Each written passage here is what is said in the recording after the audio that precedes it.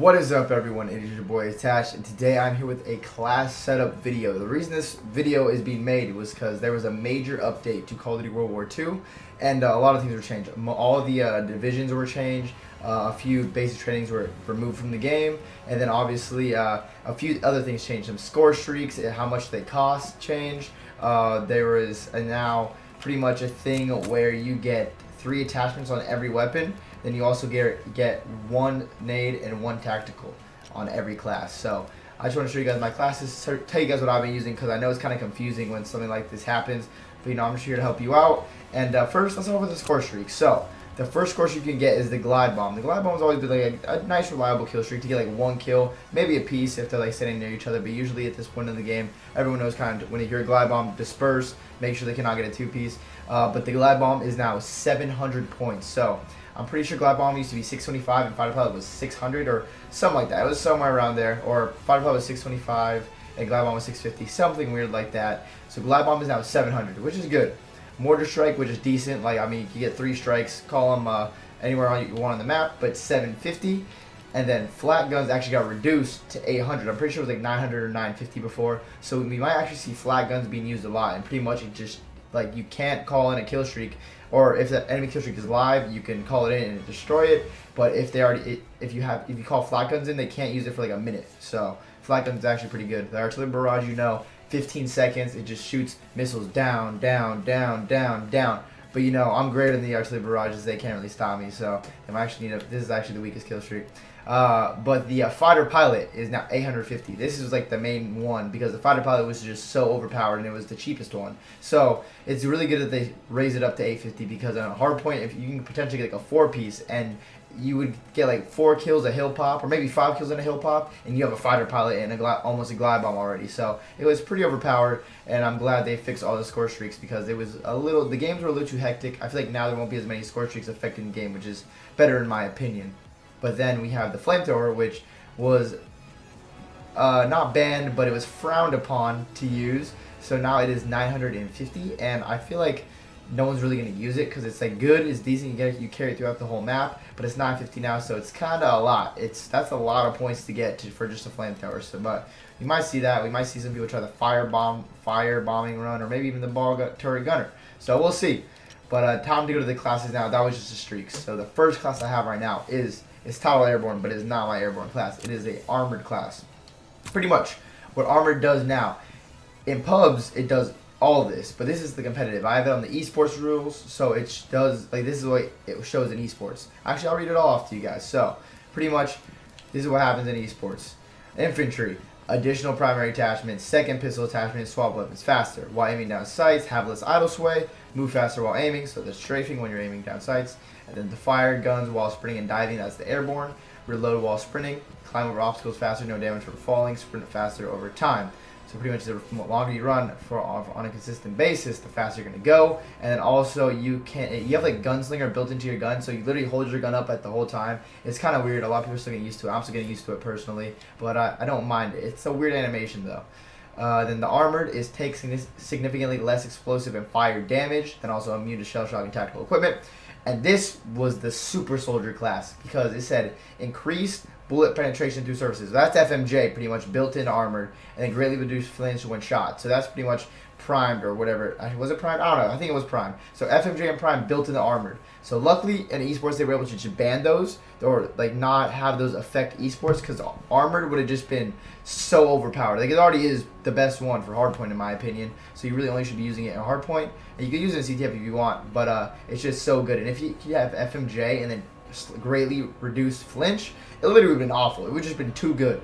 And then a mountain is invisible to enemy recon and control streaks, kill enemy death locations hidden, no name or reticle change with enemies MAU silent movement.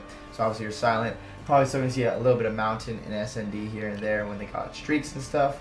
But now we got energetic, increased sprint speed and no falling damage. Pretty much energetic is now like, I think with, what is it called? With airborne, it starts at 4%, and the max you can hit is like 10 when you are sprinting, that to get to the max speed. And with energetic, it's a consistent 7. So your sprint, and also in the game they added all full-time sprints. You can sprint for as long as you want, no stopping, nothing stopping. You can just sprint as long as you want. So no falling damage from energetic, and you run pretty fast. So this is my main class, armored, energetic with a PPSH, quick draw grip, advanced rifling. And like I said, you get 3 attachments on every gun now. Then the machine pistol, extended mags, a nade, and a stun. And in hardpoint, you will see most people using armored because it blocks stuns, it blocks nades. And then if you want to be quicker on the map, you use energetic. But if you want to have scoped on, pretty much you aim down while aiming at sights, you have less idle sway and move faster, which means you're strafing faster when you're aiming in. And then when you're you don't like sway, your gun doesn't sway as much. That's mostly been a problem with the bar. So I think with this, what people are going to use like armored scoped or infantry scoped with the bar, and I think it'll be used a lot more in competitive games. So these are like my 2 main classes for hardpoint. And then we have the Airborne Honker. This is a class for CTF. Hardpoint, you can use it, you can get away with it, but you're going to get stunned a lot if you use this. And so you really just want to stick to armored, energetic, or armored scoped. But this is a class for CTF. If you're getting naded a lot, I guess, even though really you could dodge nades pretty easily and capture the flag. So this was really only like a very specific class. This is more so the class I use in CTF. Instincts, pretty much detects explosive, bonus immune to shell shock, and tactical equipment.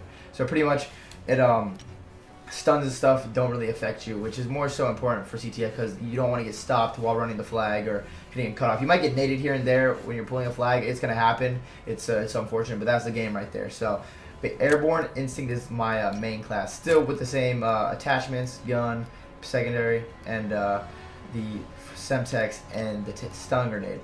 And this class, I don't know what I was trying to make here. I just messed that up.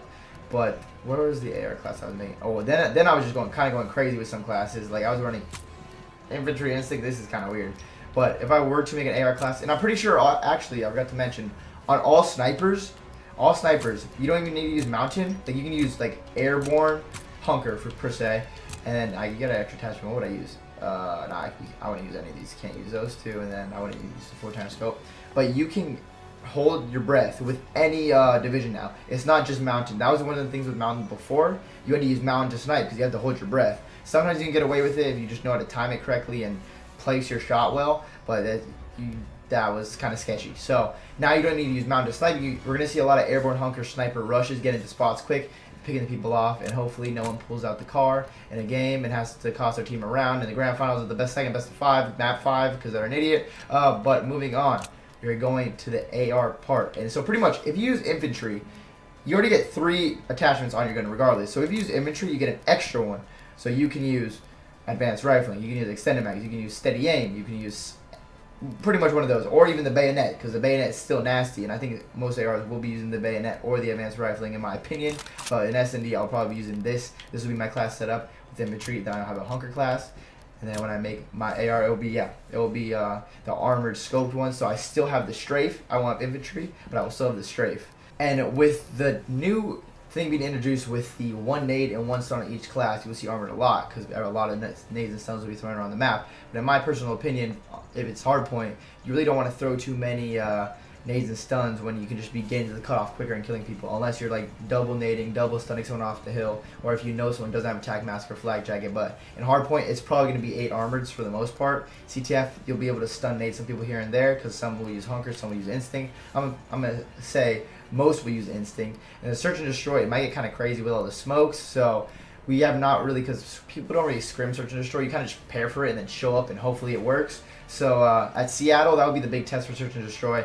But guys, the class setup is just very basic right now. I'm sorry if it didn't help you that much, but I hope it helped a little bit so you guys kind of have an idea of what you'd be using in the certain game modes. But I hope it did help, like I said. Thank you all for watching. I will see you guys in the next video. And as always, my name is Attach, and I'm out. Peace.